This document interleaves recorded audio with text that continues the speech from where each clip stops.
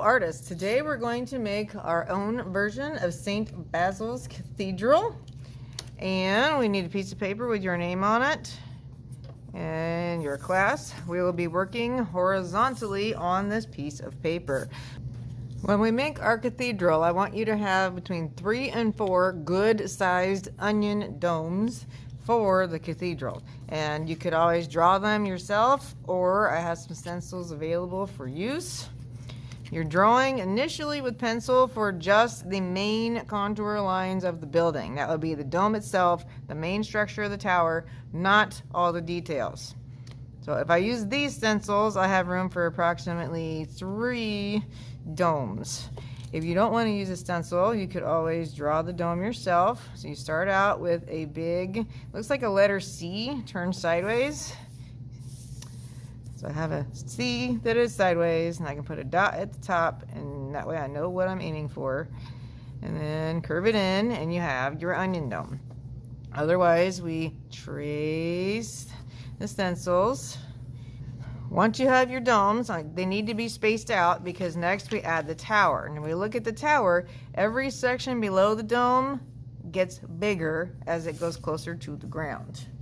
So for the next part, we can use a ruler.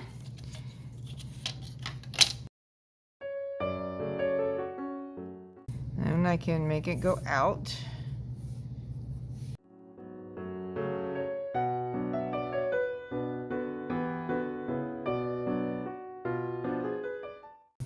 Then I'm going to put a curved line here, or if you wanted to make it very fancy, I could put a horizontal line and then angle it up.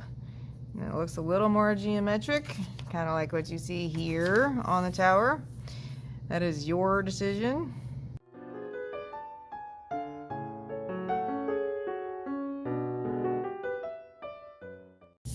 Once you hit this point, it is nap time for your pencil. No more pencil work will occur on this assignment. Now that we are this far, your task is to use oil pastels to draw patterns on your towers.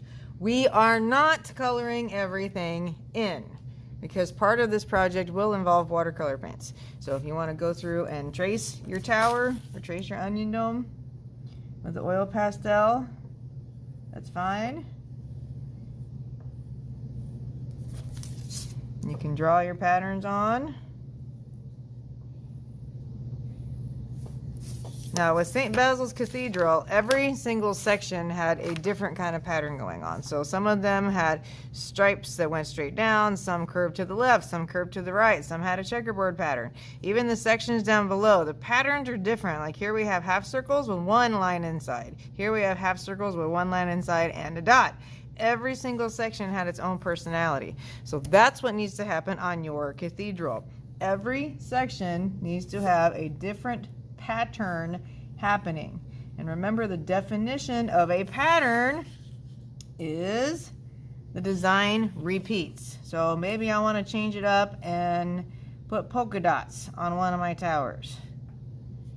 And you do have the option of, if you make polka dots, you can either leave them hollow like this, or you could go and color them in.